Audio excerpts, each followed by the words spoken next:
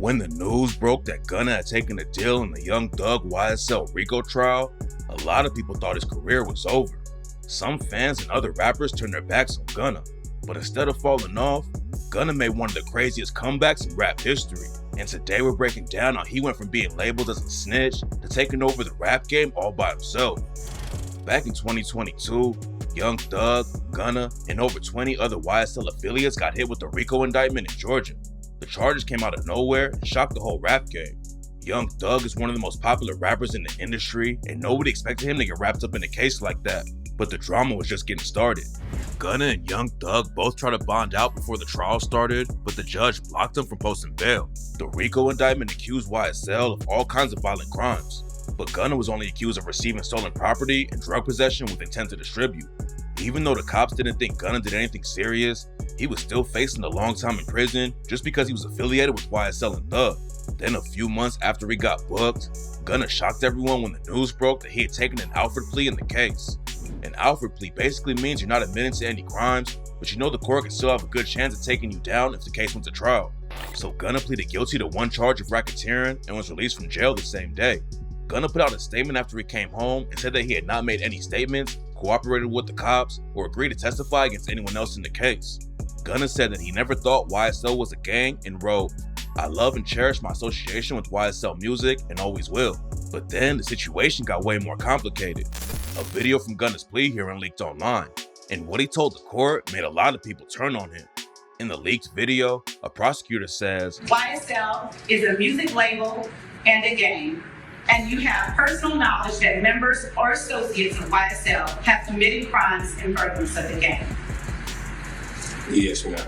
Gunna also confirmed that he was in a whip with Young Thug when the cops pulled him over and found drugs and a gun in the car. He said that the drugs and gun weren't his, and a lot of people thought Gunna was throwing Thug under the bus. You were present when law enforcement officers stopped the vehicle in which you were present along with Jeffrey Williams, wherein hydrocodone, methamphetamines, and a firearm were recovered. These items did not belong to you. Yes, ma'am. Gunna kept showing love to Thug and the rest of YSL though. He posted a pic on Instagram and said, "Niggas acting like they're switching to a side, but it's only one side. Hashtag YSL the label.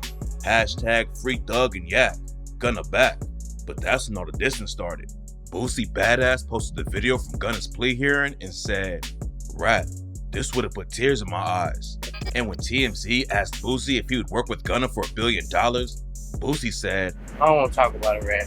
Freddie Gibbs also hopped in and clowned Gunna over the situation when he tweeted, "Niggas telling fibs," which was a response to Gunna dissing him on the track Poochie Gown when Gunna raps, "High above the rim, I can't fuck with Freddie Gibbs. Niggas telling fibs, rich kids try to get next to me. You know your chance is slim." Gunna and Freddie Gibbs started beefing back in 2020 after a video came out where Gunna was talking to a reporter about his cousin who's serving a life sentence for allegedly killing a little girl. At first, people thought it was a clip from a show called Crime Stoppers, which is about tracking down criminals, and Freddie Gibbs tweeted, "If you was on Crime Stoppers TV, you a snitch. Ain't no way around it." Some of Gunna's old homies started dissing him too after he took the plea deal. Lil Durk and Gunna had linked up on tracks like What Happened to Virgil and Lies About You. But when Gunna made the Alfred plea, Lil Durk went on DJ Academic's podcast and called Gunna a rat. Man, I don't sit up and play games, man. That man told you should have went in there and kept your mouth closed. If you a rat, you a rat. And if you rewind this clip a little bit, I looked into the camera and I told you, if you a rat, I fucking hate you. Cause I love Thug. Dirk also dissed him in a snippet from a new track and rapped, "What happened to Virgil? He probably gonna tell." Dirk isn't the only homie who stopped rocking with Gunna though. Lil Baby and Gunna were tight for years. They got a bunch of songs in a mixtape together, and their track Drip Too Hard racked up over 1 billion streams on Spotify.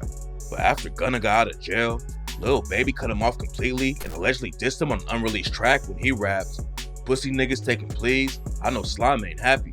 Then he allegedly took another shot at Gunna on the track 350 and rapped, "I know one day it's gonna hit me. Bro ain't never coming back. Ain't never say nothing about it, nigga. You know you a rat." In an interview, Lil Baby said that he actually misses Gunna. Me and Gunna like, we like neighbors, you know what I'm saying?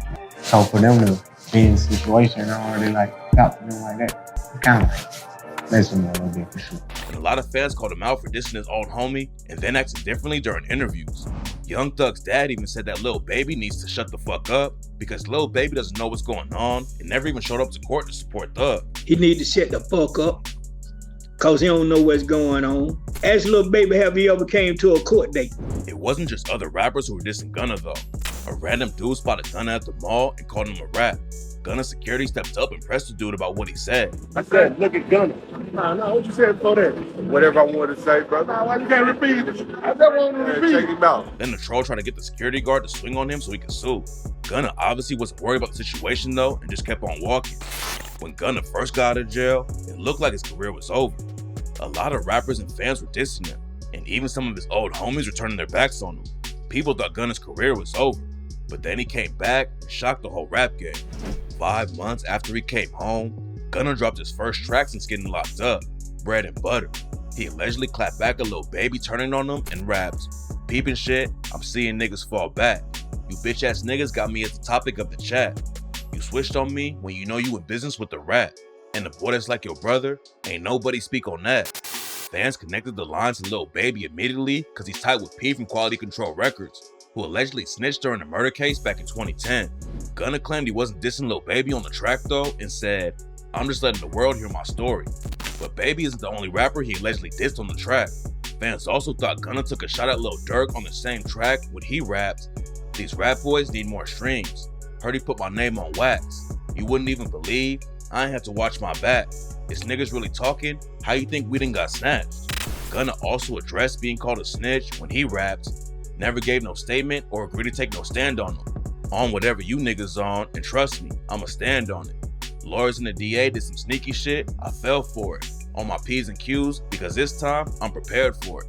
People went crazy when the video of Gunna's plea leaked because they thought it would be used against Young Thug and the rest of the YSL crew. But it turns out that everyone had the situation twisted. Part of Gunna's plea agreement was that he wouldn't have to testify in the YSL case and that his plea was a statement against his own interest only related to his case. That basically meant that whatever Gunna said during the hearing can't be used against anyone else because he's not a witness or even involved with the RICO case anymore. Bread and Butter had Gunna's name buzzing everywhere, and the day after he dropped it, he released an entire project called A Gift and a Curse. The album popped off and sold over 85,000 copies in just the first week, and it was clear that Gunna was trying to prove something to everyone after all the drama. Critics and fans were all rocking with the album, and what made the sales even crazier is that he didn't have any features at all. Gunna carried the whole thing himself and made it clear that he wasn't going anywhere. He also talked about Young Thug on the track, "I Was Just Thinking," and raps, "Only I done cry cause it's feeling for my bro. And you know my mind, you done watch that nigga grow. Know you hearing the lies that your little brother might fold. Yeah, I had copped out, but don't let him say I told." When Gunna took the plea deal, a big reason people were shocked at the news was since Gunna and Thug have been like brothers for years. Back in the day, Gunna started his career in the rap game all by himself, but wasn't making any big waves in the industry. He had been rapping since he was 15 years old and dropped his first mixtape in 2013. But linking up with Young Thug changed everything. In 2015, Gunna's homie Keith Troop introduced him to Young Thug. Keith Troop had connections all over Atlanta and was cool with Thug too. Keith knew that they could do big things together, but unfortunately, Keith was killed before he could see Gunna and Thug's careers take off. After Keith Troop was shot and killed, it made Gunna and Young Thug get closer, and Thug started putting Gunna on tracks with stars like Travis Scott and Gucci Mane. Gunna ended up signing to YSL Records in 2016, and that's when he really popped off. Gunna started dropping projects with YSL and became one of the hottest rappers in Atlanta. Gunna and Young Thug had platinum tracks together, but Gunna wasn't just riding Thug's wave. He had his own lane and was making hits with Drake, Travis Scott, and other huge artists.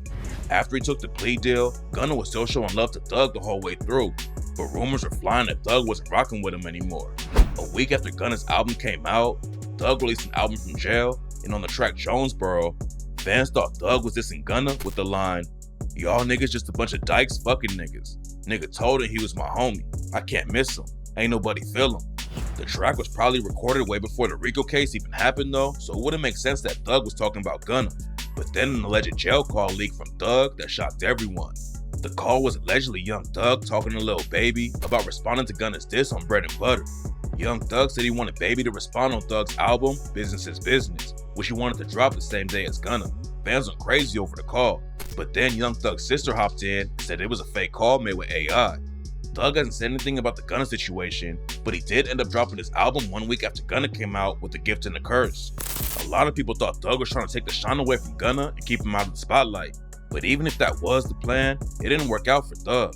Gunna put his album out with no help from features, while Young Thug had all kinds of stars on his project. Thug had tracks with Drake, Future, Travis Scott, 21 Savage, and Lil Uzi Vert, but he still only sold around 4,000 more copies than Gunna in the first week. Gunna also scored a massive hit off the track Fuck You Mean. It popped off immediately and racked up over 500 million streams just on Spotify. Back in the day, most of Gunna's biggest tracks were with other stars in the game, but in 2023, Gunna proved he didn't need anyone else to help him take over the industry. Nobody expected Gunna to come back like that, and Hip Hop DX even gave him an award for Comeback of the Year in 2023. A lot of people were expecting his career to crash, and Gunna clowned him on Instagram after his album popped off and hit the charts. Then Gunna kept the momentum going and linked up with Offset for the track Proud of Them. It was another massive hit, and Gunna talked about the snitching situation again when he raps, "Pop a Percocet, help you feel better. I set the trend, I'm a trendsetter. I'm not a rat, still getting cheddar." Fans were still talking about whether Young Thug had beef with him or not. But when Gunna hit the stage at the Barclays Center for his first concert since getting locked up, he shouted Thug out and had massive screens around him that said, "Free Jeffrey." When Gunna took the deal, a lot of people immediately thought Thug was gonna stop rocking with him. But then some news broke that changed everything. Back in 2015, Young Thug and Lil Wayne were beefing heavy. They were both tight with Birdman and had linked up in the studio together.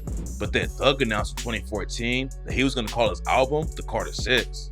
Around the same time, Wayne and Birdman were having a ton of label drama, while Thug and Birdman linked up and made a group called Rich Gang.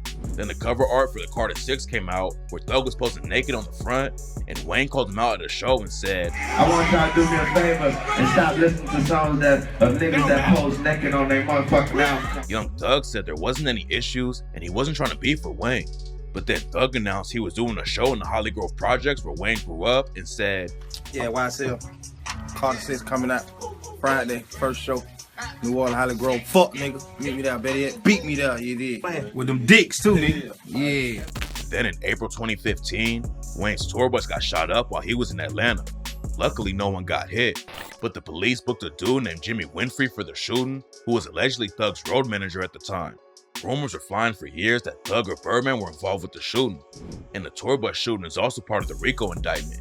And that's why everyone was shocked when Lil Wayne announced a new track with Thug in April 2024. Thug's issues with Wayne allegedly almost turned deadly. So if he's ready to squash something like that, then he might still be rocking with Gunna too. Nobody on the outside really knows what's going on between them right now. But if Thug was really treating Gunna like an op, it wouldn't make sense for Gunna to keep showing him love like he's been. A lot of people thought Gunna was hurting Thug's case when he took the plea deal. But at the end of the day, it doesn't look like what Gunna said can even be used in the trial. Thug's dad even said that Gunna didn't do anything that hurt them. Gunna hasn't done anything whatsoever that can hurt us on this case. Period. And he obviously knows way more about the case than any fan posting on social media about it. It's not clear how Thug really feels about the situation, but Gunna isn't letting all the drama slow him down at all. He's been dropping music and taking over the industry by himself. And he's even been hitting the gym so much that people started saying he got cloned while he was locked up. When Gunna took the plea deal, a lot of people were waiting for him to fall off. But instead he came back better than ever and has been proven he doesn't need anyone's help to stay in the spotlight. And if Thug beats his case and links back up with his old homie in the studio again, there's no telling how big the next collab will be.